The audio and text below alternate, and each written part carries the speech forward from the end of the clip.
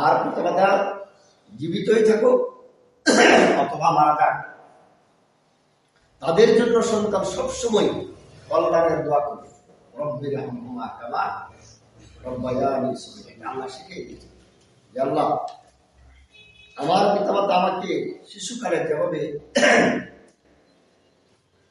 আদর করে যত্ন করে রেখেছেন, আল্লাহ তুমি আমাদের পিতামাতাকে দুনিয়ায়, কবরে, হাসরে সব জায়গায় তুমি শান্তি বলে সূরা লোকমানের 14 নম্বর আয়াতে আল্লাহ বলছেন, আনিশকুরলি ওয়া লিওয়ালিদাইক। আল্লাহর শুকরিয়া করার পরে সন্তানের উপরে দায়িত্ব হচ্ছে তার মা বাবার শুকরিয়া করা। আর মায়ের মর্যাদাকে এত বাড়িয়ে দিলেন, আল্লাহ রাসূল বলেছেন আল জান্নাতু তাহতা আকদামিল উম্মাহাত, জান্নাত মায়ের পায়ের নিচে। অতএব মাকে, বৃদ্ধা মাকে ঘরে রেখে শাশুড়ির আপেল আঙ্গুর যতই খাওয়া জান্নাত করে, পীর সাপকে যতই গরু আর পুষ্ট আর কবুতরের বাচ্চাকে খাওয়া, মা বাপ কি করে রেখে পাওয়া যাবে না, জান্নাত পাওয়া যাবে।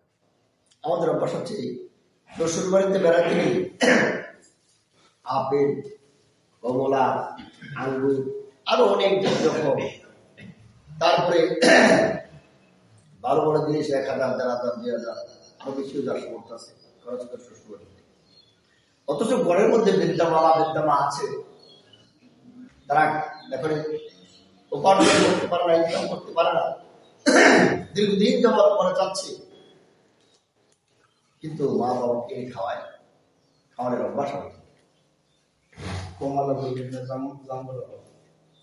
এরপরে রাসূল সাল্লাল্লাহু আলাইহি ওয়াসাল্লামকে সাহাবায়ে প্রশ্ন করেছেন, ইয়া রাসূলুল্লাহ মা হাক্কুল ওয়ালিদাইনি আলা ওয়ালাদিহিমা, পিতামাতার জন্য সন্তানের উপরে কি হক আছে?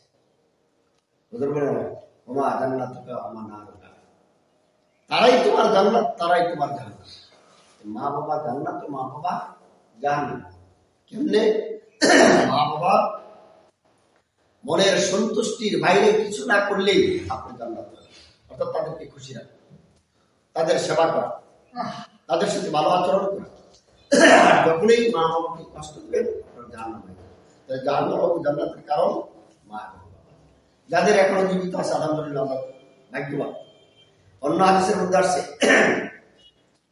মা মিন ওয়ালাদিন বাররিন ইয়ানজুরু ইলা ওয়ালাদিহি নাযারা রাহমাতিন ইল্লা কাতাবাল্লাহু লাহু বিকুল্লি নাযারাতিন হাজ্জাতান মাকরুরাতান। আল্লাহ রাসূল বলেন, কারো ঘরে যদি বৃদ্ধ মাতা এবং বৃদ্ধ বাবা থাকে অথবা দুজনের থাকে, তাদের প্রতি যদি তুমি ভালো দৃষ্টিতে, সুদৃষ্টিতে একবার তাকাও, একটা হজ বান্দার কবুল হয়ে গেলে পরে যেই পরিমাণ সওয়াব দেওয়া হয় আল্লাহ শুধু তাকানোর কারণে, আপনার দয়ার দৃষ্টি নেই, মহব্বতের দৃষ্টি। এই কথা শুনে সাহাবায়ে কেরাম জিজ্ঞেস করতে পারো, রাও নাজরা করলাম ইয়াউমিল মিয়াতিন মারাতান। হ্যাঁ না, সাহাবায়ে কেরাম প্রশ্ন করলেন, পিতামাতা চেহারার প্রতি যদি ভালো নজরে একবার তাকাইলে যদি একটা কবুল হজের সব হয়, হুজুর আমরা যদি দৈনিক 100 বার তাকাই, আল্লাহ রাসূল বলেন 100 বার তাকাইলে 100টা কবুল হজের সব। সবের বিরাট এক আমাদের ঘরেই পড়ে আছে, কিন্তু মানুষ এই সব কামাই করার জন্য কত দূরের থেকে দূরে যায়, নিয়ত নাই। আমরা কোরআন হাদিস পড়ি তাই। এরপরে রাসূল বলেছেন, সালাতুন দাওয়াতুল মুস্তাজাবাতুন লা শাক্কা ফিহিন্না দাওয়াতুল মাজলুম ওয়া দাওয়াতুল মুসাফির ওয়া দাওয়াতুল ওয়ালিদি আলা ওয়ালাদি। তিন জনের দোয়া আল্লাহ তাআলা ডাইরেক্ট কবুল করে। একটা হচ্ছে মাজলুমের দোয়া, 2 নম্বর হচ্ছে মুসাফিরের দোয়া, আর 3 নম্বর হচ্ছে সন্তানের জন্য দোয়া। আরেকটা হাদিসে আল্লাহ রাসূল বলেছেন, বাবারে মুআজ্জালান উকুবাতুহুমা ফিদ দুনিয়া, 2টা পাপের শাস্তি আল্লাহ তাআলা দুনিয়াতে দান করে, দুনিয়াতেই দেয়। আল বাগি ওয়াল উকুদ, এই 2টার মধ্যে একটা হচ্ছে মানুষের উপরে জুলুম করবেন, আপনার জুলুমের মধ্যে পড়ে যাবেন, দুনিয়ার কি শাস্তি হবে। আরেকটা হচ্ছে পিতামাতার অবাধ্য হবেন, আপনি গজবের মধ্যে পড়ে যাবেন। 3 নম্বর কর্মসূচি হচ্ছে ওয়াআতিল কুরবা হাক্কাহু ওয়াল মিসকিন ওয়া ইবনাস সাবিল ওয়া লা তুবাদদিলহুম তাবদীলা। সূরা ইবনে ইসরাঈলের 26 নম্বর আয়াত। পাওনাদারের পাওনা আদায় করে দেন, নিকটাত্মীয় হোক আর মিসকিন হোক তার মুসাফির হোক। এই পাওনাদারের পাওনা হক, এই হক যে আমরা প্রত্যেকে বিশেষ করে যারা মিসকিন অভাবী তাদের ব্যাপারে আল্লাহ তাআলা বলেছেন ওয়াফিয়া মুআলিহিম হাক্কুন লিসাইল ওয়াল মাহরুম। তোমাদের সম্পদের মধ্যে যারা সমাজে অভাবগ্রস্ত রয়েছে তাদের হক রয়েছে। এই জন্য যাকাত তো দিবেনই, যাকাতের পাশাপাশি নফল সদকা, নফল দান করতে হবে। মান কাতা মিরাসা ওয়ারিসাতি আতাল্লাহু মিরাসা মিনাল জান্নাতি। যে ব্যক্তি দুনিয়াতে কোন তার হকদার ব্যক্তির হককে নষ্ট করবে, আল্লাহ তাআলা তার জান্নাতের হক নষ্ট করবে, জান্নাতের হক বন্ধ করে দেবে।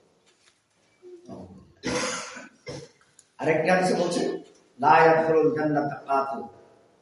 যারা আত্মীয়তার সম্পর্ক নষ্ট করে তারা জান্নাতে প্রবেশ করতে পারে। 4 নম্বর কর্মসূচি ওয়ালা তুবাদদিলহুম তাবদীলা ইন্নাল মুবাদদিরিনা কানু ইখওয়ানাশ শায়াতিন ওয়া কানা আশ-শাইতানু লিরাব্বিহি কাফুরা। আল্লাহ তাআলা বলেন আর অপচয় করো না। অপচয় করা হচ্ছে অপব্যয়কারীরা, অপচয়কারীরা শয়তানের। আর শয়তান হলো তার রবে অত্যন্ত নাফরমান। কুলু মিন তাইয়্যিবাতিল মা রাযাকনাকুম।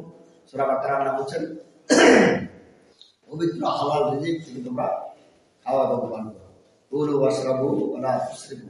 কিন্তু খাইবা, পান করবা, কিন্তু অপচয় করা যাবে না। লা ইয়ানজুরুল খাদামা ইবনে আদম ইয়াওমাল কিয়ামাতি ইনদা রাব্বিহি হাত্তা ইউসআলা আন খামস।